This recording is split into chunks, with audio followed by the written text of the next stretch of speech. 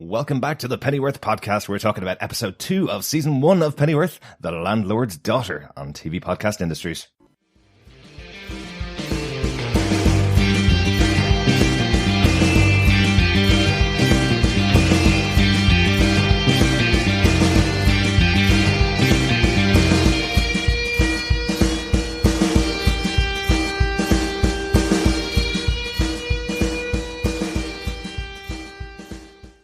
I'll give him credit. He's a brave punter. Is he stupid or clever? I can't tell. Which is it? That's a very good question.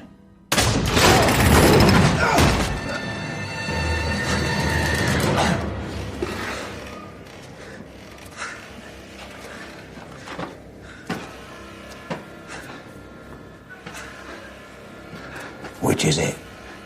Stupid or clever? Well, the safe money would be on stupid. But you got to back yourself, haven't you? Welcome back, governors, to DC's Batverse. We're here talking about Pennyworth, the second episode of the first season, hopefully of many, The Landlord's Daughter. I'm one of your hosts, Derek. Hi there, fellow governors. I am one of your other hosts, John. Yes, welcome back to TV Podcast Industries for the second episode of Pennyworth, The Landlord's Daughter. So it's a big knees up down at the old pub, with a bit of best bitter, and some pork scratchings. Exactly. You must be feeling at home in the world of Pennyworth, John. Not really. You're not really a bitter drinker, are you? Not a bitter drinker. A happy drinker. Not a Londoner either. True. So, True. Yes. But bitter is much more of a Northern English drink anyway, I've always thought. Maybe. Yeah, I always think that. Well, fellow governors, you may have watched this episode already, because just after we recorded episode 1 of the Pennyworth podcast, Epix decided to release the other 2 episodes, episode 1, 2, and 3 on their app, available for you to watch. So if you haven't logged into the app or logged into Amazon Prime, you can actually get all 3 of the first episodes. We will not be covering them that way. We'll be covering them 1 episode a week, each week, with the episodes coming out just after they air on Epix on the channel. So hopefully you're enjoying them, but we won't be spoiling anything about episode 3. It's a good one as well, but episode 2 is what we're here to talk about. You can always send in your thoughts about any of the episodes to us at feedback@tvpodcastindustries.com, but make sure you subscribe to us at tvpodcastindustries.com and go over there. We have loads of subscribe links to the podcast, but if you want to just hear our thoughts on the Pennyworth podcast, we have that available on its own. Pennyworth podcast available on Spotify and Apple Podcasts and any other straight-laced or groovy podcast catchers out there. Yes, say Pennyworth Podcast about 20 times faster and faster and faster. I love it. I'm just sorry that we don't have Pennyworth Podcast Pilot like we did last week. This is the second episode. One interesting thing about the names of these episodes, each episode from now on is named after a lady. So this episode is The Landlord's Daughter. We're going to have episodes named after famous figures throughout the 60s. Characters like Cilla Black, like Lady Penelope from Thunderbirds. Ooh, la-di-da. Like Marianne Faithfull is coming up. So every episode of the season after this one is all named after a lady. Unless there's a lady called Pilot that I'm not aware of. I don't think so. I don't think so. But there are lady pilots. There are. Course. Absolutely. I don't know. I mean, I wonder how many sort of people listening to the podcast, obviously outside of the UK and Ireland, know Cilla Black, because obviously she was a big Liverpool singer in her day, knew the Beatles and all that, but then obviously latterly went on to do a lot of TV presenting and host. No, a Laura TV. Laura, it's Cilla here. Welcome back. Sorry to our American listeners who will have absolutely no idea who that's about. But anyway, yes, loads of interesting characters from the UK history really coming up in the show. Quickly, just to talk about the episode details of this episode, it's directed by Danny Cannon again, who directed the first episode, and written by Bruno Heller. Interestingly, both Danny Cannon and Bruno Heller were involved in these exact positions for the first 2 episodes of Gotham. Danny Cannon directed episode 1 and 2, and Bruno Heller wrote episode 1 and 2 as well. So quite interesting that they're doing the same thing in this series. Danny Cannon takes a step back. Next episode, he's not directing episode 3, but Bruno Heller still writing, which is different from from Gotham. So let's see what that brings up. Yeah, good stuff. But John, do you want to tell us what they gave us with your synopsis for the episode? Sure. After the arrest of Lord Harwood and Bessie Sykes, Alfred Pennyworth is approached back at the club by a grateful Thomas Wayne, who offers Alfred a job for his nascent security business. However, Alfred turns down the offer from the billionaire businessman because the company keeps almost had him and Esme killed. At the Tower of London, the detained Lord Harwood is tortured and interrogated to find out who leads the Raven Society, but with limited success. Elsewhere in the tower, Bet Sykes has a different kind of interrogation by George, one of her guards, who is tricked into delivering her post. But while she hatches her plan to escape from the tower, her infatuation with Esme continues as one of her letters makes its way to Esme's apartment. Kiss, kiss, kiss. In Whitechapel, Alfred has accepted a new job from the landlord of the Severed Arms pub, whose daughter is being harassed by the creepy and possessive Jason Ripper. As Alfred, Davy Boy and Bazza set to work on Jason, this new assignment puts Alfred firmly in the sights of Jason's uncle, the notorious Ripper of the East End. But the Ripper is persuaded by Alfred to give him the benefit of the doubt by showing that his nephew was a weak link in his crime organisation. Back home, sat around the telly with a nice cuppa, Alfred makes sure that Bet is executed at the tower, but all bets are off as Peggy Sykes comes to free her younger sister from the hangman's noose.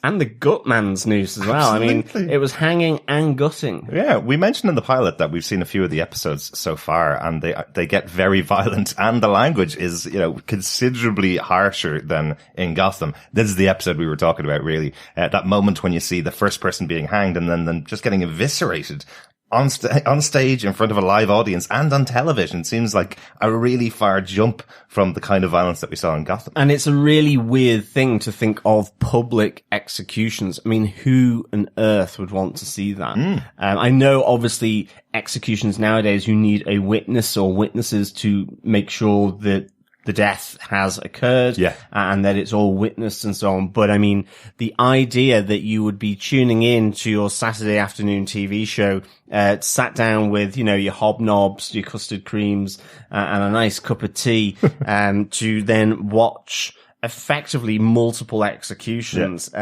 Yes. Well, I was It's laughing. a little shocking. I was laughing. Now, we don't unfortunately get the subtitles for these episodes, but I was laughing. The sponsorship of it is by, firstly, the Execution Company. So it's brought to you by the Execution Company, obviously, and also brought to you by a tea company. If any of our listeners has subtitles for this episode, check it out. I want to see what the actual tea company is, because it's something like Yorkshire Tea, a proper cuppa. I want to hear who it is that's sponsoring it. So just check it out. But the way we cover our episodes, we normally do our top 5 points on most of our podcasts. On this one, we kind of had our top 5 questions, because I suppose the history of Alfred Pennyworth is a question as in itself. It's one of these things that nobody knows anything about. So this show is building up this history of the character. So we have a bunch of questions about the episode after watching it. John, our first question, what's Thomas Wayne recruiting for? What is it that Thomas Wayne is coming to Alfred about, really?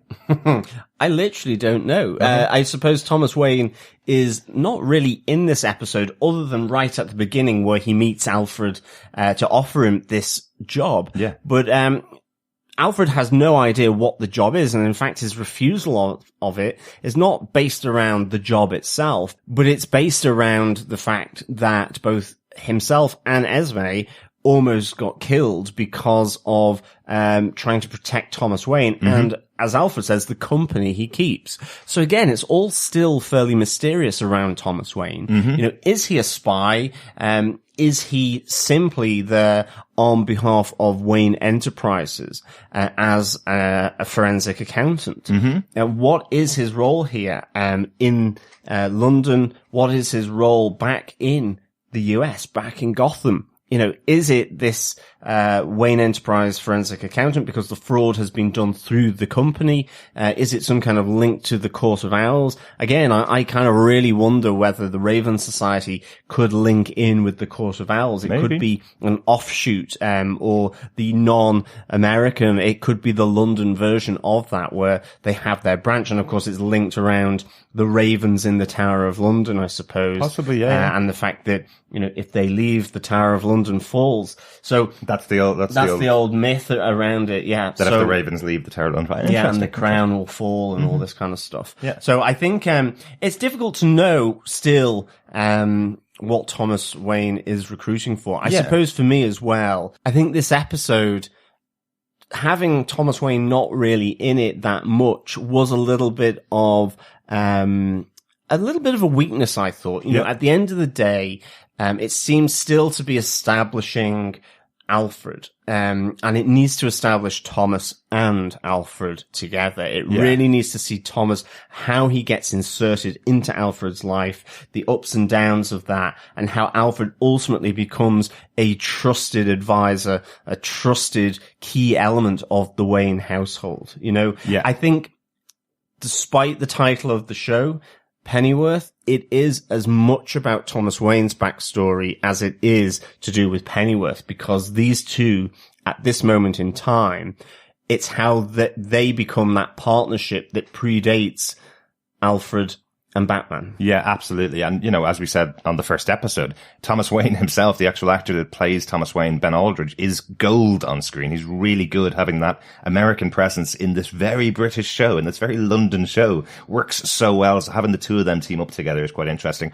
I can kind of understand, you know, from a writing point of view, keep them apart for a little bit of time. Why would Alfred jump back in together with Thomas Wayne after the two of them almost died in the previous episode? It's interesting that he describes this job that he has for Alfred as being completely above board and lawful, and also says it's something in service of his country, in service of Britain. We've heard about the Raven Society. We know they're up against Thomas Wayne, but there is the other society, the No Name Society, which is on the opposite side. And then potentially we have a third group that we haven't heard anything about at all that Thomas possibly works for, which we think could be American Army or American intelligence possibly that he's working for, and he has this contract for a year. One other thing that makes it really intriguing though in this episode about Thomas Wayne is that Detective Inspector Aziz comes and talks to Alfred later on in the episode outside Esme's play and says to him about him getting a proposal from another surreptitious organization and not to trust the nice cover mask that they have, and if he ever gets approached by anybody about this kind of job, he should come and talk to Inspector Aziz. Yeah. So that's kind of referencing that it's Thomas Wayne possibly. Yeah, this is really interesting. You know, he says, have you been approached? You know, and if you do get in contact with us at Scotland Yard here, and I thought this was really interesting because it does definitely kind of push you to thinking about the offer made by Thomas Wayne earlier in the show. Is it to do with the No Name Society, the left-wing political organization looking for a socialist communist utopia as opposed to the Raven Society? You know, there are these competing political elements here within this London of Alfred Pennyworth. And so is Detective Inspector Aziz, is he talking about these organizations and approaching him? Maybe they are understand, you know, from Alfred's statement that Lord Harwood tried to recruit him before he was arrested, or is it to do with Thomas Wayne? And maybe it's this idea of infiltration into the UK by the Americans in order to prevent revolution, assist the government, you know, some kind of espionage. I mean, at the end of the day, it is that idea that even international relations and friendships, you know, they still spy on one another to some degree, whether it's getting data on whatever. So it'll be interesting to see now how Thomas Wayne is potentially embroiled here and who he's working for. I think this question still is outstanding from this show for sure. Yeah. And certainly I can't wait to see a lot more of Thomas Wayne. You know, I don't think keeping him and Alfred apart is necessarily how they need to go. I think they could hook up and then disband, hook up again, disband and find out there's a really good working relationship, and then something major makes them have a particular bond. You know, maybe they are incarcerated together and interrogated by the Raven Society, and in the end it's only through the two of them talking to one another, keeping each other's spirits up, that there's this special bond. And I think ultimately that's part of this show is why does Alfred Pennyworth dedicate his entire life to this family in a loyal way? I mean, arguably in a subservient way to their interests, you know, because certainly here what we're seeing is a guy who wants to set up his own business. He wants to be entrepreneurial. He wants to go out and set up the Pennyworth empire through his security business. You know, he wants to establish himself as a doer and a shaker. And ultimately we can see, you know, how his father may relate to his disguise or his position as a butler within the Wayne household. But again, I think this will be really important going forwards. Yeah, absolutely. And definitely, as you say, this is definitely a failing of the second episode to not have Thomas Wayne involved more, even if he's not the leader of this episode, even if he's not the one that's giving the orders to Alfred. It feels like they've had a bit of a misstep here by not including him in the episode. But there's loads of other stuff to talk about. Let's go back to the Raven Society a little bit, because they are talked about quite a bit in here. We see Lord Harwood getting tortured quite badly in this episode. So our second question is, who's the leader of the Raven Society? The lovely, kindly looking Miss Phelps is the one that's leading the torture on Lord Harwood. I kind of like this character just because you see her instantly and you think, she's got that. She looks like a librarian. She does. She looks like a cook or a librarian, a really kindly looking dinner face. lady or something like Absolutely. that. You hear the trolley coming in carrying biscuits and tea, because it's time for a cuppa. And then you see that it's actually Lord Harwood, beaten and broken, hanging out of the roof, covered in blood, and she's asking him the question, who is the leader of the society, which is really interesting. Yeah, and there's electrocution here. He's obviously being beaten up. He's kind of in that really awful, it's not a stress position, but, hanging up by his arms. So, gradually, is he holding himself up? Does his shoulders pop? All this kind of stuff. Yeah. And we kind of really only see him here twice. We also see him with the Prime Minister as well, sort of saying how, his capture, his arrest is a bit problematic because, you'll be seen to be missing from society, from the wider world. And you really need to tell us who the leader of the Raven Society is. And it seems like he is keeping pretty stum here about their leader. But then this second moment where the Prime Minister turns up, he's saying that he is the leader of the Raven Society. And I suppose the sub-question of this is, well, actually, do we believe him here? Well, is he telling the truth? Because of the attrition from the interrogation and the torture, or is this a complete lie because he's much stronger, he's able to withstand these methods and this approach to get the leader's name of the Raven Society? I know what you mean. Yeah, it's interesting, isn't it? Because obviously the actor Jason Flemyng is one of the most famous actors on the show, so you would expect that he's got quite a big role. You know the way you see those shows like CSI and they have the special guest star as a film star, and you go, well, that guy's the murderer from the start, With Jason Flemyng being in this role, you assume that maybe he is the leader of the Raven Society, because that's why he would have signed on for a TV show, especially a TV show on a small network in America. He's a very famous actor and gets a lot of movie roles, so you would expect that, yes, he is the leader. I think that makes sense. One of the things I think in the show that the show is missing, especially for a show that's only being broadcast in the US, is a little bit of background about what lords do in the UK, because people may not be aware of what the situation is in the political environment in the UK, where you have a House of Parliament and a House of Lords. And a lord, once you become a lord, you have the ability to overturn laws and create laws for the country effectively.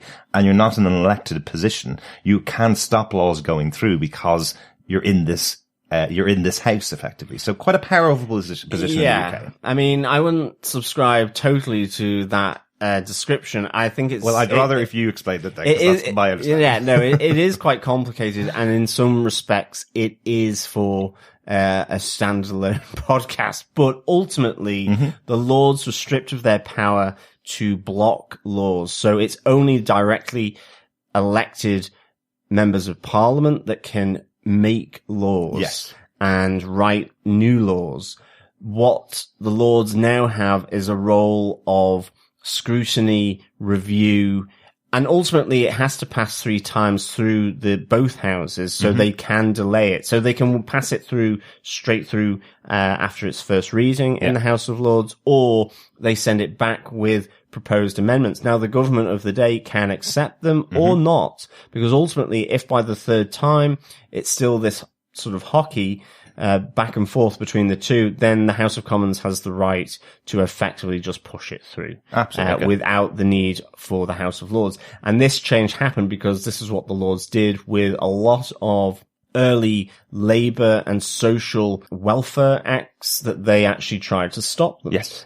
Because obviously it was the poor people, kind of thing. Yeah. You know, if you want to talk about it like that. So personally, it needs to be abolished, quite frankly. Right. But, and the interesting part here is that we don't know how it works in this world of DC's Pennyworth. You know, we don't know whether the Lords still have that power. What we do know from what the Prime Minister is saying is this is a very well-known Lord. He has got a seat within the House of Lords, so he can't just be made disappear. We see him being sent off to the barbers to be broken, which is quite an interesting one. I want to check. I'm looking forward to seeing the barber. Yes, actually. is this a very famous barber of London? Yeah, I'm wondering, is this Sweeney Todd, of the famous kind of musical and, myth that, you know, he was a barber, and would cut not only the hair, off, people's heads, or shave them, but he would also cut their heads off and put them in the basement and make meat pies out of them. And I can see that, that could work here. I think there's a sensibility in Pennyworth that is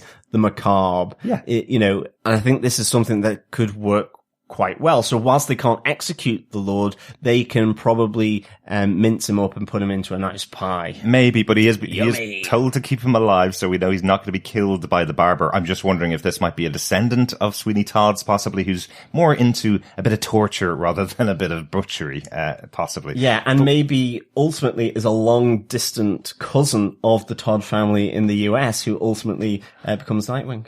Something like that. Or Robin. Maybe. Jason Todd. Interesting, yeah. But there's one other point on this one before we get on to probably the other descendants of some very famous residents of London as well. One of the points, just that conversation with Detective Inspector Aziz and Pennyworth, it's quite interesting when he talks to Alfie about Lord Harwood and wonders what Alfie's perception of it is. And Alfred tells him that he knows this guy is well connected. He knows Lord Harwood is well connected because people don't ask him the real questions. They ask him very soft questions. They lowball questions to this guy because possibly he has a lot of people inside the police force. They have a lot of people inside the sections of government that are dealing with him. And we know that from last episode because all it took was just one showing of that raven symbol to the police officers and they all got out and cleared out of the building. So we know this guy is very well connected, but I like that Aziz is having that conversation with Alfred about what his opinion is about this whole situation. We don't know whether we can trust Inspector Aziz either yet. We've only seen him for a couple of minutes each episode, but it is interesting that we're seeing the relationship starting to build between the two of them as well. Yeah, absolutely. Yeah, I think on to question 3. What is Alfie's first paying job?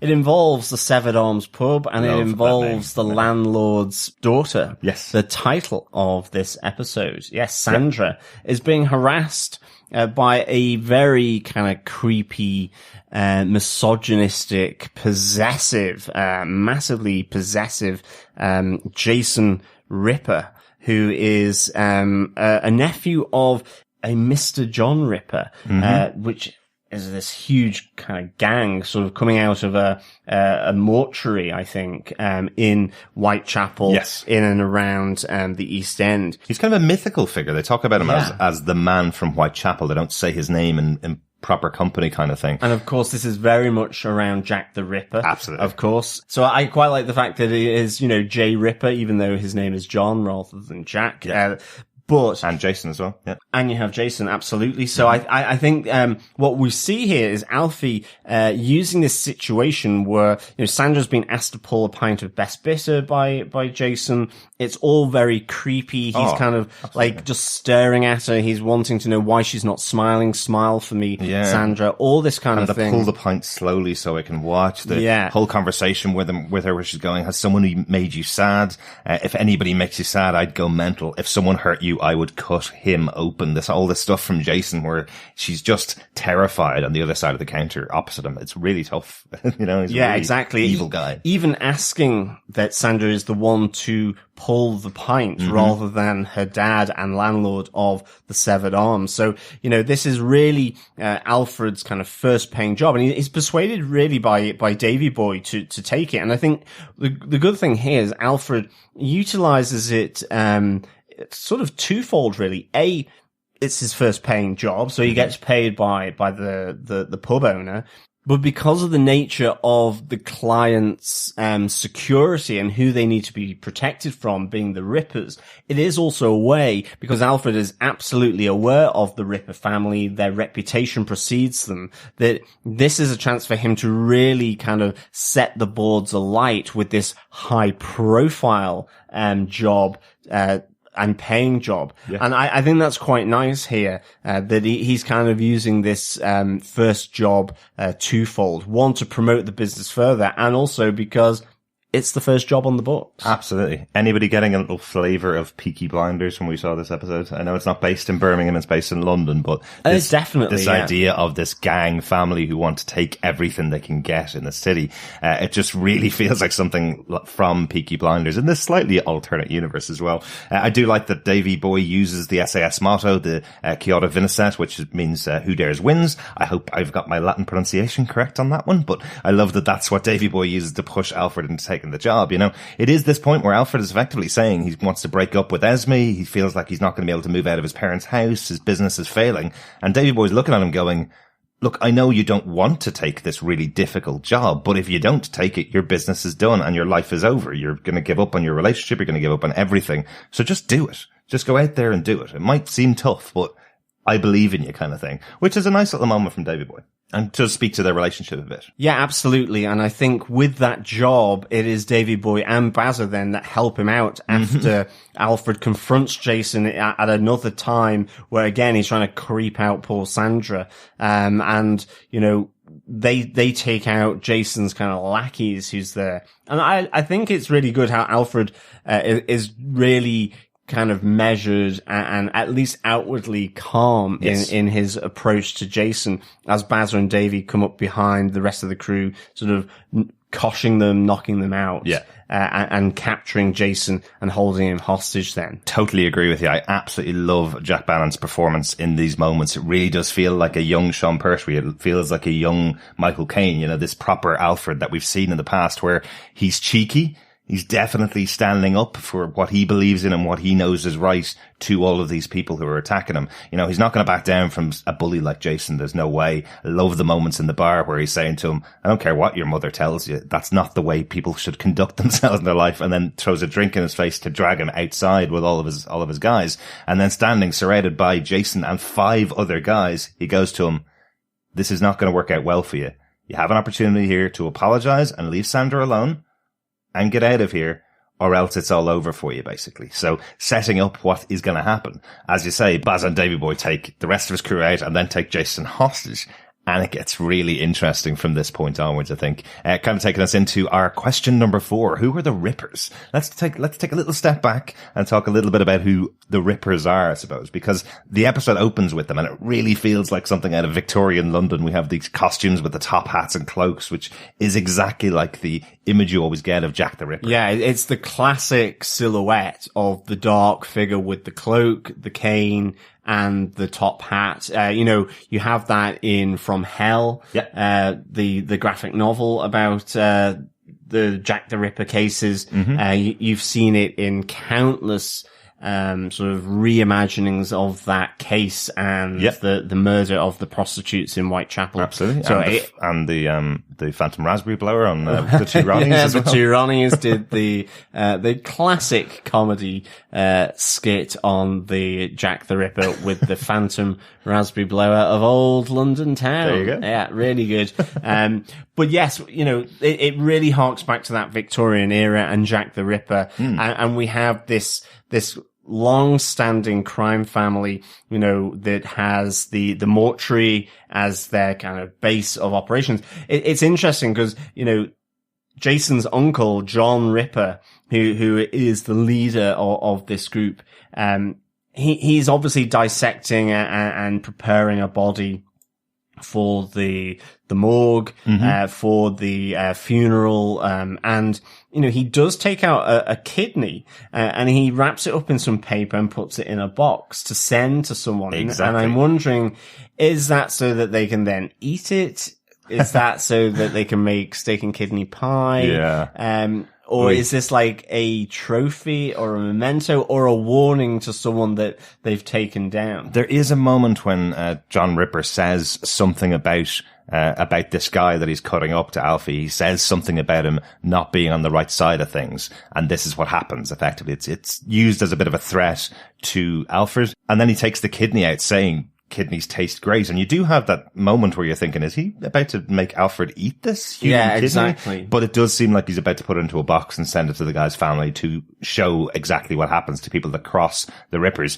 I actually don't know, because you don't see his face afterwards. I don't know whether this is the same guy from the beginning of the episode that's rounded up by the Ripper gang, all wearing their cloaks and top hats. But I love the idea, and it's interesting. You know, the Jack the Ripper story really is that nobody caught the Ripper. He murdered 6 women, I think it was, in Whitechapel, but nobody ever caught the actual Ripper. So one of the concepts of the Ripper story is that he was a lord, an upper class man really, who went out and killed prostitutes in the streets of London. So this is possibly saying that he did live on and survive, had a family, and continued the tradition of the Rippers that became a gang in London, which I think is really interesting. Yeah, and I think one of the other theories is that he was a physician to the Queen, so Queen Victoria and Albert. Yeah. There's also a suggestion that it was keeping things quiet. You know, it's this idea that there was a cover-up of high society, you know, because of a potential scandal with Albert, that he was engaging with prostitutes. Prince Albert. Yeah, and that they were murdered to cover any trace of that involvement. Now, again, it's a theory, who knows? But certainly, you know, this John Ripper could be linked into high society, into Lord Harwood, could be part of that Raven Society as well. Again, is it just a vehicle for the show to see Alfie get his first job, gain that foothold, or is there something more to the Ripper family, and how big are they? I think as well, it's that high stakes, it's that risk that Alfred has here in taking this job, in taking Jason hostage, is because he could be killed. He could be out of business, or this could set his business up by getting the respect of the Ripper family. I like how he twists it in this conversation with John Ripper, where he says, you know, Jason was a weak link. You know, you see this interrogation where he's about to both blubber and blab about his uncle and the crime organization. So I love how Alfred kind of tries to protect himself here from taking this job, which is simply to stop Jason harassing Sandra, but knowing that because of his family connections, he could be out of a job, or it sets him up. And I like this, and I like his conversations with John Ripper. I think it's really nicely done, and I think that interrogation for me by Davy Boy and Bazza on Jason, for me, that's one of the best things of this episode. Definitely. It's absolutely excellent. I love, you know, it's that moment in the interrogation where they go, "What's your name?" And he says Jason, because that's his name. Yeah. And they go, "No, what's your name?" It's Weasel, isn't it? It is that really creepy element where the truth is actually not what they're looking for. They want you to effectively follow instruction. So your name is now Weasel, not Jason. Yeah. And I think this is that to me as well. They say they smell terror. You see them with their toolbox, you know, moving a fork, scratching it around a mess tin. And it's kind of like, that is almost the worst form of interrogation, where they know what the truth is and they're asking for something completely different. And I'm like, that was so nicely done. Absolutely. I love that it's kind of an audio interrogation. They're effectively using everything. It's like they're doing a radio play for this character of Jason, trying to convert him into someone that will tell them everything about it. But you're right. This impetus of Alfred's to use this position of going after Jason as a great opportunity for his business, to be allowed to operate within the Ripper's town effectively, and not be torn apart by the Ripper's business. You know, that's a great impetus for Alfred. It shows how intelligent and smart he is using these kind of tricks they have. And I love that it's revealed that Alfie and John been watching on the whole time, waiting for this moment, seeing whether Jason would reveal that he has this information and would give it all up just for the opportunity to live effectively. So you see John going, my own flesh and blood. If I killed you, my sister would never let me forget it. So you have the opportunity to get out of town. And I wonder, they do a little bit of a moment here where John stands over Jason and says to him, if you come back to London, I'll cut your face off. And it instantly reminds me of Jerome on Gotham, who did lose his face and have it stapled back on the show. So it instantly reminded me of that. So I'm wondering if that was just a little Gotham reference for the episode. Yeah, it was nicely done, wasn't it? Just how he kind of cuts around the outside, the edge of his face. He draws the line with his finger. Yeah, exactly. Yeah, it's really cool. I'm wondering if it was just a little Gotham reference in there. But I think the good thing from this is that he is able to persuade John Ripper to get rid of his nephew somewhere else, but also that he's able to keep his business going. He survives his encounter ultimately with the Rippers, and I do think that moment where he's been flipped back into this pit in John Ripper's office. And you have John Ripper kind of talking to himself as well. It's very bipolar, kind of schizophrenic, where he's having this internal conversation with himself about what he should do, with Alfred, and about whether, is he stupid or clever? And you just have him flip back and Alfred go, the safe money would be on stupid, but you've got to back yourself, haven't you? So I really like this moment. Definitely. There's some fun moments in this episode. That's one of them from Alfred. The other one is where he goes back to the landlord to effectively say that everything's been sorted. Jason's gone. You see his daughter now singing in front of the crowd, Sandra, because she's so happy that she's now free of this abusive guy, Jason. And I love the landlord goes to him, oh, that's worth so much to me. That's worth more than money. And Alfred just kind of looks at him and goes, not really.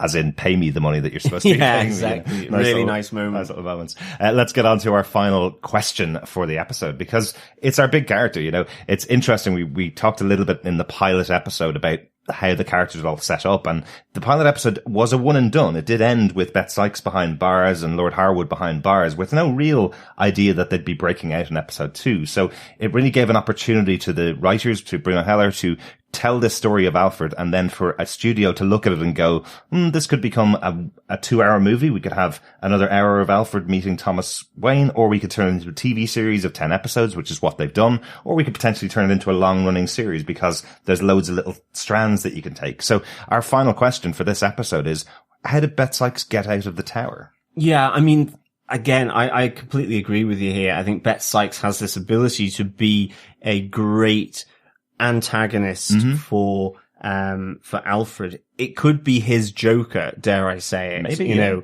obviously nothing is ever going to as such be as iconic as the Joker, but to have that touch point of, the someone who is the constant pain in the neck. Yeah. The shadowy bad person, Avenger kind of thing, I think is really good. And I think here Paloma Faith does a great job. And it gets really adult here, in this, incarceration in the tower. Yeah. The relationship between her and her guard, George, and ultimately what that comes, where she uses sex to get what she wants, She bribes him effectively, by saying, well, you're not supposed to have sex with the inmates, but you are doing, so post these letters for me. Exactly. And it's 2 letters here. One I prefer much better than the other. I like the fact that we see her sister Peggy with a lacy underwear wearing gimp, I think. High heels. In high heels, got the gimp mask on. So hairy chest says to her, I've got the letter from you, as he turns around and reveals it's a man inside the certainly an interesting domestic setup there that Peggy has. And it looks as though this is obviously outside of London, and it looks up north. It's got the terrace housing, the stone terrace housing, the hills. It looks like the proper kind of mill towns of the North and the Pennines, in the Pennines, where they sort of made use of that water. So it certainly is outside of London. And we have that letter, and then we have the letter going to Esme as well that freaks her out. Yeah, absolutely. Let's talk about Esme in this episode, because we haven't really talked about her at all. This is the only real point where she properly comes into the episode. We have the stage play that's a carryover from the pilot. I was saying to you when we watched it that it felt really weird, that it felt like a great line and a great moment in the park with her and Alfred, where she freaks Alfred out because he's never really seen acting before. He's only ever seen, a pantomime when he was in the army. When he was younger, he saw a pantomime and thinks that that's what acting is. So we have that moment in the park of the pilot episode. And then it feels like Bruno Heller came back to the scripts about 6 months later and went, ooh, we have to do something with that line, where she reveals that this is something that she did on stage. It feels completely out of place, really. I love Alfred's reaction to her when he sees the play once, applauds her, goes home, and she says, well, are you coming back tonight to watch the next performance? And he's like, well, I've already seen it, though. Do I have to come back and watch it again? There's some fun little moments that she has. She has all of the actors that are on stage where they're coming and proposing to her that the chemistry between her and the lead actor is so good they should probably date. You have that moment. I love the conversation she has with the older guy with the mustache that comes up to her at the table. Yeah. And she says, oh, well, I'm just waiting for my boyfriend. He goes, oh, well, what does he do for a living? He goes, goes out and kills men at night, basically. So the guy backs off instantly. I love those moments, that she has. But the story of Esme itself, she's a little bit damsel in distress for me. Yes, it is a bit like that, for me. I think, I like Esme, and at the same time, I'm finding it difficult to get on board with her, because I think it's because you have Bet Sykes, who is this, really assured woman. And then, as you say, Esme comes across as damsel in distress, requiring Alfred to protect her from Bet Sykes, or even just the thought of Bet Sykes. That letter should have been terrifying. It absolutely. Getting a letter from somebody at your home address, effectively saying, I'm in love with you, we had a moment, and not threatening her, but saying all is forgiven, but effectively saying, I know where you live, is what that letter's saying. That should have been terrifying, I get it, but it doesn't come across that well on this episode. No, and I mean, she should have gone to the police with the letter. It's the fact that she's carrying on her own with a butter knife in the apartment, waiting for Alfred to come home at 4:00, or why she not gone back to her parents' place for safety. I mean, I think it's just that there's aspects of it. I think it's mainly the damsel in distress coupled with the Downton Abbey-ness of her accent. I mean, Alfred does say, "Oh, you're posh, you are," but it's really weird because so many things are mixed up here. She is the only one of these actors that feels like she's speaking in a period piece accent, and using the words of, jolly whiz and ooh, golly gosh and whatever. I mean, I don't know. It's just really particular, and you don't have that really, I don't think, with anyone else in this show, or, and I find that a little grating. But I do think it would have been very weird in this 1960s London to have nobody speaking in this received British accent, because it was done by everybody. Anybody that wanted to be an actor, anybody that wanted to work in TV had to have a non-regional accent, had to have all the edges knocked off. And they did reference it in the previous episode. They had that kind of joke from Alfred going, oh, you're an actress. Of course, that's why you have the accent. And she says, no, I have the accent because that's who I am. It's not because I'm an actress. But I know what you mean. It just seems to stand out. It makes her character stand out in the wrong way, I think. For me, just to mention again, personally, this idea of having a damsel in distress as a central character on the show just feels off. It's okay to have Sandra, the landlord's daughter, the character that is just there to propel Alfred's career for one episode. It's okay to have her as damsel in distress who has hardly any lines, but if you also have the main character like that in the episode, it just feels like too much. That's it. I almost want Alfred to take his army skills and get Esme to lock and load in ready for battle with Betty Sykes. He trains her. He puts Rambo light machine guns on her back, teaches her how a bit of martial arts, a bit of boxing, or something. Something to prepare her for self-defense against Betty Sykes. I think the one thing I find really intriguing with Esme is her link with Bet Sykes rather than Alfred. Yeah. Because, it's turned on its head here. In episode 1, you see Bet really going against Esme because she, is a posh cow, basically. Yeah. And she looks down her nose at her. And in between, she's reversed this. And that letter is all kind of fairly cheery and happy because she's got this crush. She's had this moment with Esme. And again, it's a bit like with Sandra and Jason. She is stalking her from prison and knows where she lives. Exactly. And that must be terrifying for Esme. And I like this kind of dynamic that started here.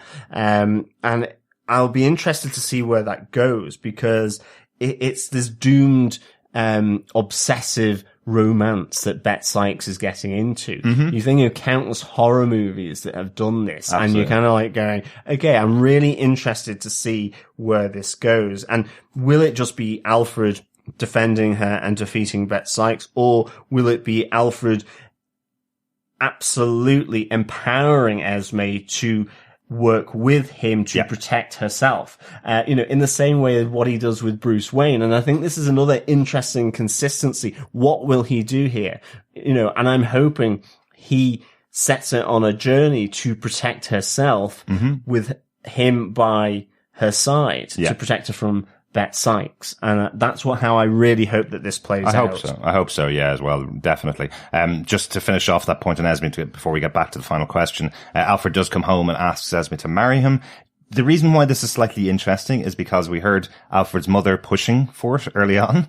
She says she's teaching Esme how to make bread, which is something that any good wife would need, hint, hint, son kind of thing. And also because we still haven't seen Esme's father. And that's quite specific because in the old days, still happens now, you would ask the parents of your future partner for their daughter's hand in marriage, really. So we've heard Alfred push a little bit to meet her father, and we hear Esme as blocking him off because she doesn't really like her dad that much, basically. So just some interesting little bits around the character. Hopefully we'll get more of her character in future and not this cowering in a corner, scared of the world, basically. So hopefully we'll see a bit more of that, but interesting to see that. Also, obviously interesting because Alfred is traditionally a bachelor. We don't really see any partners that he has very much. We mentioned this last episode as well. So interesting that he does have this relationship at all. But does that mean it's doomed in the next episode? Is she gone? Has she gone off to work on The Crown for Netflix instead of this TV show after episode 4 or something? We don't know, but it's intriguing, and I like the idea that Bet Sykes has her sights set on Esme. So back to our question. How did Bet get out of the tower? It's the other letter, the letter to her sister, that seems to indicate. And what I like about the letter, I suppose, is it doesn't say anything at all. It doesn't say, come get me. It says, they're scragging me next week for something I haven't done, which is, they're going to kill me. They're going to execute me next week. And it's all on Bet's sister Peggy to make a plan, effectively. We see Bet being transferred from the Tower of London. She has a bag put over her head and transferred in the back of a van to the execution point, effectively. And from that point onwards, she has this bag over her head the whole time. As everybody's led outside, you see one of the guards, also a masked guard, stopping her from going out. She seems quite surprised about it. Yeah. You can't tell much of the reaction because she still has the bag on her head, but you can tell she's kind of surprised that someone has stopped her. And then they do that really interesting thing. They swap out what seems to be one of the guards that brought her to the place, the guards that were pretty rough with Bet Sykes in prison, and stick her underneath the mask and in this sackcloth dress, and they cover her mouth so she can't even scream. And if she does, they can't make words, I suppose. Yeah. You hear her screaming the whole way out, but you'd expect that of a prisoner going to their execution. But it is it's the distinction between the guard that has been put under the bag compared to Bet Sykes, where Bet Sykes, there was none of this wriggling, this screaming. It was cool, calm, and measured. Maybe because she knew that all it would require is a letter to her sister Peggy. Maybe. But also then coming out with the two of them taking the guard to the gallows. Yeah. The former guard under the hood is, absolutely trying to escape, is in terror, because she's about to get killed, for no reason. Yeah, absolutely. And she is, she's hung and effectively, it's drawn, right? It's drawn and quartered would be the normal way, but there's only one slice that's done. So it's hung and drawn, I suppose, would be the way you describe this. Can we just quickly talk about that as well? We did talk about it a little bit earlier on, but live TV, viewing as well. At home, we see the Pennyworth sitting down with a nice cup of tea, watching as anonymous female prisoner number 54 dies. Yeah, exactly. Supposedly Beth Sykes. Yeah. The family seem okay with it. Alfred seems okay, and his mom and dad are watching on. His mom has a few good words to say. I presume if she was outdoors, she would have just spat on the floor at the thoughts of this Beth Sykes character who was in her home now getting her fine comeuppance. But we do see Esme turning towards Alfred to face away from the TV. Also interested in that live crowd, as you mentioned, who the hell would want to see an execution live? Exactly. But I like that the whole thing is full of people, and then as the people start getting executed, you see people in the crowd turning around and throwing up effectively and hiding themselves from what's in front of them. Did they not know what they were going to get? Yeah, it's really weird, isn't it? But I think ultimately this is a nice little sort of escape from Beth Sykes. And I think the weird thing for me was, as you know, it's revealed that there's Peggy and Bet there. And she goes, I'm absolutely starving. You know, the food in prison's not that great. And they get away and said, don't worry, there's a Happy Eater for a nice fry up just outside of London. And for, Happy Eaters are a peculiar British thing, along with Little Chef, which are kind of like roadside diners in service stations and service areas by the motorway. Diner is probably stretching. Dare I say it? I think the chefing in Little Chefs and Happy Eaters are as complicated as putting in the number of minutes on the microwave and waiting for the ding. The other name for them other than diners is probably greasy spoons. Yeah. Would probably be the most accurate description. But that's it. Probably the freshest thing they're done from scratch is the breakfast. It would be the thing if I needed to eat in one of them, it would be the breakfast that I would get. Exactly. Because you know that has been sort of prepared freshly on the hot plate. Usually because hundreds of people come through the doors hour after hour in these places. Now, we are talking about 60s Happy Eater or our younger lives version of Happy Eater. I'm sure they've gotten better over the years. I'm sure they have. Just in case somebody blocks us from going into a Happy Eater next time we're over in the UK. But I thought it was an interesting thing. I was like, oh my goodness, they're using a Happy Eater? What? I mean, that really is a blast from the past. I don't even know if they're still around, to be honest. Maybe not. I even think Little Chefs are something that's had their day. Really? I mean, I don't know whether they're around. It's just all been replaced by McDonald's and Burger Kings and pretty much, fried chicken, and other restaurants are available, folks. Yeah. But kind of cool that she's gotten out of this situation, helping her sister, and off they go to Happy Eater for a nice fry up in a cuppa. Yeah, absolutely. That's it for our questions for the episode, our top 5 questions for the episode. Lots of stuff coming up in the next episode, in episode 3. One note I just had for the episode, because again, interesting that the way they combine multiple pieces of history. Obviously, public executions are something from the 1700s. They're not something you would have seen anytime in the 1800s or 1900s in the UK. It's not something that would have been put on television at any point, just in case, because some people think that this is a realistic depiction of the 60s. I've seen quite a few interesting comments over on Twitter about people questioning what's going on in this show. And one other thing as well, this coercion that Beth Sykes does on George the Guard, where she says she has lots of DNA evidence that could be used to identify exactly who he is. DNA evidence wasn't actually used at all until 1983. It's a very, very rare that she would have known about it at all. That's a possibility that she would not have known about. So they have just incorporated that back in to this story, this DC universe of the 60s, just to make an interesting story point for Beth. Post-shunting, I think, yes. Right. I didn't know that was a phrase at all, John. Is that a train spotting circles phrase? No, I think it's a saying. Okay. For sure. So maybe more northern than London, but yeah. Yes. So DNA evidence wasn't used till 1983. So I presume sometime maybe mid-70s it started to become known in scientific circles, but certainly not in 1963 would it have been known by everybody around, especially a prisoner like Beth Sykes. So interesting stuff. Any other notes, anything else we haven't talked about the episode at all, John? No, not from me. All right. Well, do you want to tell us what your rating for episode 2 of Pennyworth is? Yeah, I would give this 3.5 egg and cress butties out of 5. Yes, post-coital egg and cress butties from Betty Sykes there. I think there's a lot here that's still kind of building up. I think there's an element here where you can see the pilot was done maybe, a number of months before that, and they're trying to just sort of keep that consistently moving through. I think there's a lot to like here. I really want to see, though, Thomas Wayne and Alfred Pennyworth.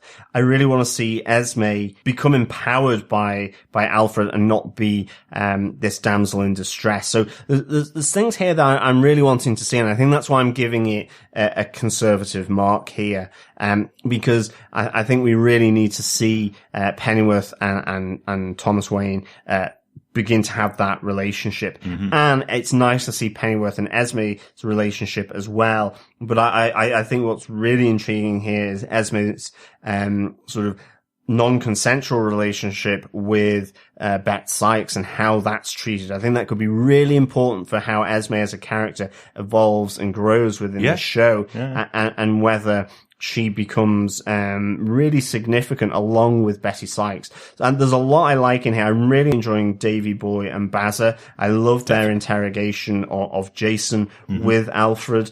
Alfred's confrontation with John Ripper, and really laying his business down on the line to success or failure by taking this job from the landlord of the Severed Arms to protect her daughter and to really stop Jason harassing her. I thought really, really nicely done. I'm intrigued whether Bet's sister Peggy remains in the show. I think that could be a really nice double act, working together, and how Lord Harwood probably escapes from his constraints, and how he links back up with Betty Sykes. I don't know whether that will be the case, but I'm kind of postulating a theory here, moving forward. Well, if he's truly the leader of the Raven Society, somebody's going to want him back. Exactly. Yeah.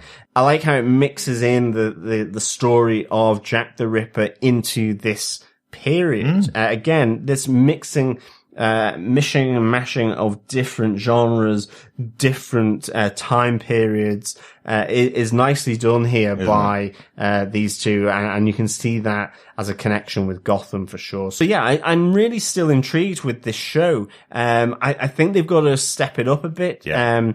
In episode 3 and 4, around Alfred and around Thomas Wayne, and with Esme, for sure, to really get the most out of it. So yeah, I give it 3.5 egg and crest butties out of 5.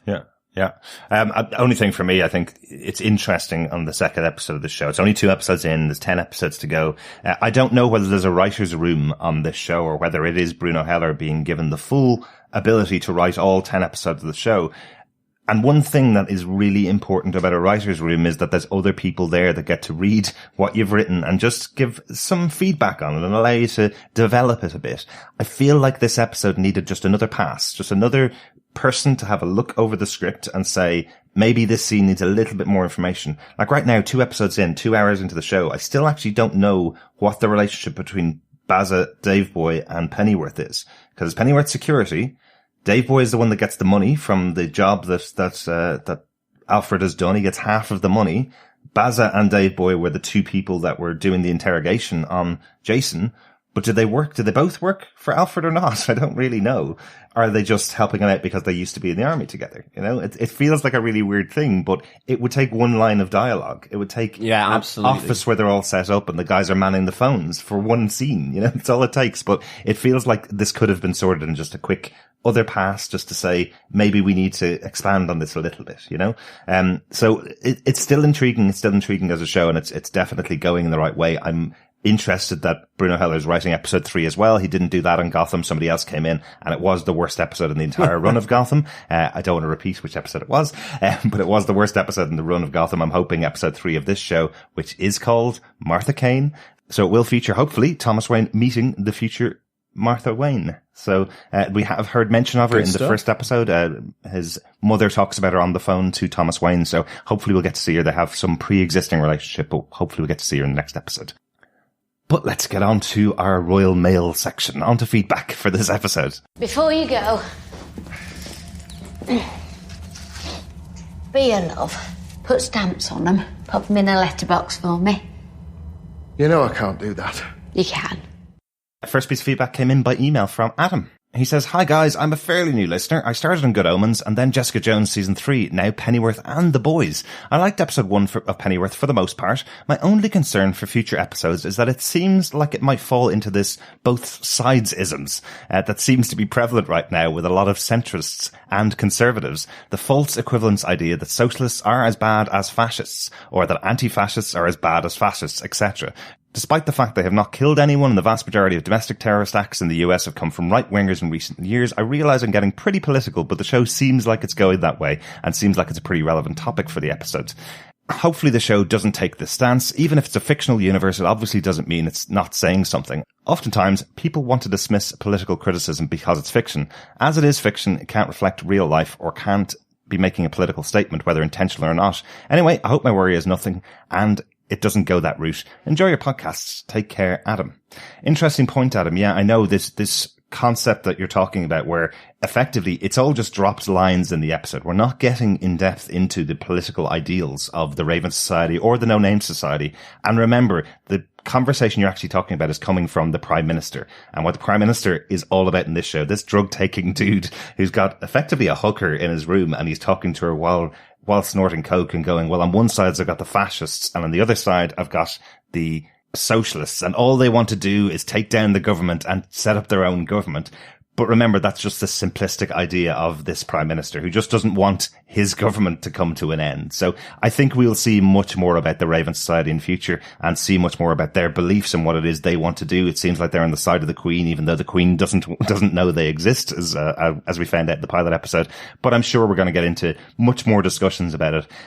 It seems, as I say, much more of the Prime Minister's idea as opposed to the show's idea that they're equally bad, effectively. Yeah, and I think as well, the show will probably delve into those different societies to the extent that it needs to further Alfred Pennyworth. And I think certainly I get you, just because it's fiction doesn't mean to say that there's not a political statement there. And I think certainly this idea of, these threats against maybe consensus politics could be arguably viewed in this as to what's happening to political discourse, these days. Remember, this seems to be coming from the early 1900s, around 1920s, the 1930s, where you had these huge movements of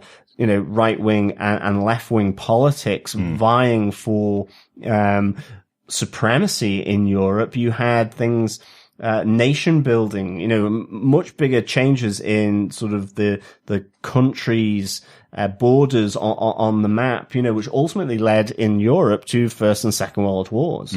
And that the wars between nation states and different political factions, and then ultimately to the Cold War with that standoff between communism and capitalism in the Western world, communism in Russia and other areas, South America and Cuba and China and Vietnam and so on. So I think it seems to be just that's the backdrop for the world in which Thomas Wayne and Alfred are operating in. Yeah, and as I say, it is the idea of this Prime Minister that either side are just as bad at each other because they want his power, effectively. And I don't want this Prime Minister either. This Prime Minister seems like a pretty abusive guy who's loving the power of his political office as well. So nobody good here, other than Alfred. Absolutely. Really.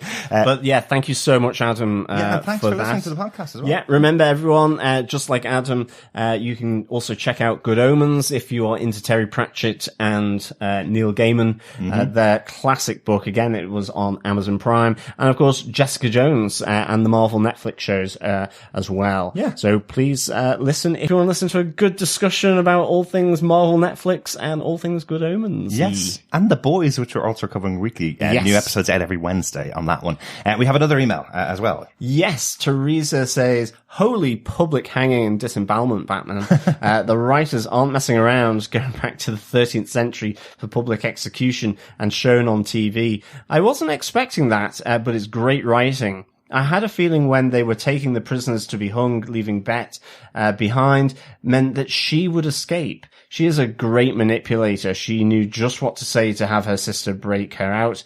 I felt so bad for whoever was hung in her place. You could feel the desperation. Absolutely. Yeah, you really could sense the need for her to get out of that situation as she was dragged to the gallows. Yeah, I said 17th century for public hangings, obviously completely overestimating it. Sorry, 13th century would be much more likely, wouldn't it? Well, I still think they had hanging in the 17th century as well. I think, executions and capital punishment supported by the state only really went after the sort of the Second World War in Britain, or even between the interwar period. Yeah. The public execution certainly went much sooner than that. It was all behind the gate towers of the prisons and all this kind of thing. But certainly, and I think it was being used less and less and less because it was no deterrent. True. So, and then it was outlawed, state, backed execution. Interesting. Teresa continues with, Alfred is clever and brave, going to see Ripper face to face and using his cowardly nephew to reason with Jack. Jack the Ripper? I think it's John the Ripper in here, but certainly based on Jack the Ripper, the murderer of Whitechapel. I love that. Alfie also helps Sandra, who seems to have a crush on him. We see it when they first meet her. It could make things complicated for Alfie and Esme. Maybe, although I think he's trying to sort of, I don't know whether it's reciprocal, shall we say that? No. From Alfie to Sandra. Yeah, I wonder if it was just more of a bit of a relief that somebody else was talking to her, kind of distracting Jason, so she didn't have to just be dealing with him directly, because wow, that guy is so terrifying just in the way he speaks to her. And he's surrounded by his gang. If you noticed, they're keeping everybody away from going to the bar while he's standing at the bar getting his beer poured really slowly by Sandra. And it's only when Alfie stands up from the other side of the bar that she gets that moment of relief going, oh, thankfully somebody else is coming over. Absolutely. Teresa also says, I wonder if the Inspector Aziz is working for one of the Raven Society. I got the feeling he was looking for Thomas Wayne as well. This was a terrific episode. I'm in love with the photography and sets and all of the touches of different decades here and there. Have a wonderful week, Teresa. Thank you so much, Teresa. Yeah, absolutely. I think the set design and the production and the lighting is amazing here. And that, melting pot of all these different decades, just makes for a wonderfully chaotic, and crazy, look at life, of Thomas Wayne and Alfred Pennyworth. Yes. Public executions coupled with TV and DNA evidence from the 1980s. Exactly. Really, really interesting. It's interesting. What side is this inspector on? Is he on the side of the Raven Society, or is he just simply an inspector and he's trying to, in his own way, investigate and make sense of everything that's going on? I like the idea though that he is, and he's looking for Thomas Wayne through, his front as an inspector in the police force. Maybe, I find it interesting if he wasn't working for the Raven Society, he was working for the No Name Society. Maybe that would be quite interesting if that's why he was looking for Thomas as well. You know, if Thomas was the central figure in this fight, I suppose. One of the interesting things, thanks very much for your email, Teresa, by the way. One of the interesting things that Bruno Heller did say when he was doing some press for the show, which I find interesting, is because of his age, he actually grew up in the 60s in and around London. So a lot of what's seen on the show Pennyworth was what was right outside his door when he was growing up. Yeah. And a lot of the other stuff, the things that have been added into the show, is because he's grown up since the 60s in London and seen the UK develop the way it has. So a lot of the things he's put in there is from all of his experience over his history, crushed into kind of his childhood mind, effectively, which I like. I think that's really cool. Our final piece of feedback comes in from Facebook, from Roger Sprong. He says, after watching the preview, I knew this was going to be something very different than Gotham or anything else Batman related. I really like that the tone is set by the show intro. Beth Sykes looks like she would be a great villain. I'm looking forward to seeing more and more of Alfred's backstory in the military as well. I hope the ratings are good, because so far I think this show deserves a nice long run. I think 6 seasons in a movie would be about right? Yeah, absolutely. Yeah, I think it deserves a good run as well, because stylistically, tonally, I think it's really, really good. And I think it's just saying how the story arcs progress, really. Yeah. It's certainly trying to develop something over the series rather than it being an episodic show as well. Yeah. So that that takes time for it to come through. And so I'm really looking forward to the next couple of episodes as well, now that we've had those kind of foundations laid here. Yeah. And certainly, yes, this is something very different from Gotham, I think, in terms of language, in terms of some of the sexual themes. And I think the violence is up there with Gotham, and maybe a little bit more explicit, actually. I think a little bit more explicit. So it's certainly more adult, I would say, definitely. Yeah, that's what you can do, I suppose, with the streaming channel as well. They're not under the same kind of restrictions, I suppose, as some of the other shows. This is on at 9 p.m. on Sunday evenings, so a little later than Gotham as well. They used to be on at 8 p.m. On Friday nights and Thursday nights and Monday nights, all those different nights of the week, I think. Was it on Friday nights? No, it wasn't. It was only on Thursdays and Mondays. But yes, it is a different tone. I'm glad you're liking it, Roger. I'm really hoping that, of course, because it's on a much smaller channel, in the same way that CW gets really small ratings for their shows, but they still last for 13 seasons or 14 seasons for Supernatural, or 8 or 9 seasons for Flash and Arrow and all that kind of stuff. I'm hoping that because of Epix being such a small station and such a new channel, really, that it won't need the massive ratings that would have been needed for Fox to keep the show on longer. They did keep it for 5 seasons and 100 episodes. That's a long time for any TV show. I think Alfred Pennyworth, or Pennyworth as a show, would be really lucky if it got 5 seasons of their show as well. But I'm hoping it seems to be getting quite a good bit of buzz out there at the moment. They did release the first 3 episodes, and it's all streaming, so we're not going to see any kind of ratings for the show, unfortunately. All we can judge it by is how much people are talking about it. And you can't get people talking about a show if you put them all out in streaming, because it's shown and disappears very quickly. Yeah. So we'll see how it goes week to week for the next 10 weeks. Yeah, absolutely. Thank you, Roger, for the feedback. Really good to hear that you are moving on to Pennyworth now that Gotham has finished as well. So yeah, really good to hear from you. Yeah.